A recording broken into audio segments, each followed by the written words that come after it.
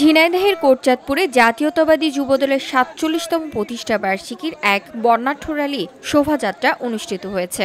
বিকেলে উপজেলা যুবদলের আহ্বায়ক মুকুল খানের নেতৃত্বে সদস্য সচিব আল মামুনের সার্বিক ব্যবস্থাপনায় বর্ণাঢ্য র্যালি অনুষ্ঠিত হয়েছে। র্যালিটি পৌর শহরের মেয়র বাস স্ট্যান্ড থেকে শুরু হয়ে বলুহর বাস স্ট্যান্ড হয়ে প্রধান সড়ক প্রদক্ষিণ করে র্যালিটি পৌর শহরের পায়রা চত্বরে এসে শেষ হয়। র্যালি শেষে উপস্থিত নেতাকর্মীদের উদ্দেশ্যে সংক্ষিপ্ত সমাবেশের আয়োজন করা হয়।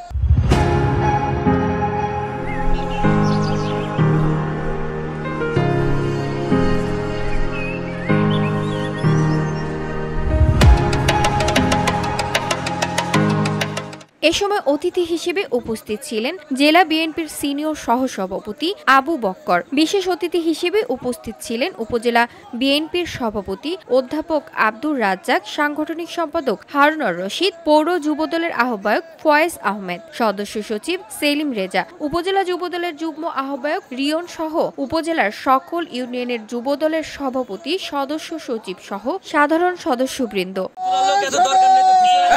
উপস্থিত নেতৃবৃন্দ তাদের বক্তব্যে বাংলাদেশ যুবদলের গৌরবময় সকল ইতিহাস তুলে ধরেন। চলমান পরিস্থিতিতে যুবদল গণতন্ত্র পুনরুদ্ধার আন্দোলনের অগ্রণী ভূমিকা পালন করেছেন। বর্তমান প্রেক্ষাপটে যুবদলের ঐক্যবদ্ধ থেকে গণতন্ত্র পুনরুদ্ধারে ঐক্যবদ্ধভাবে কাজ করার আহ্বান জানান।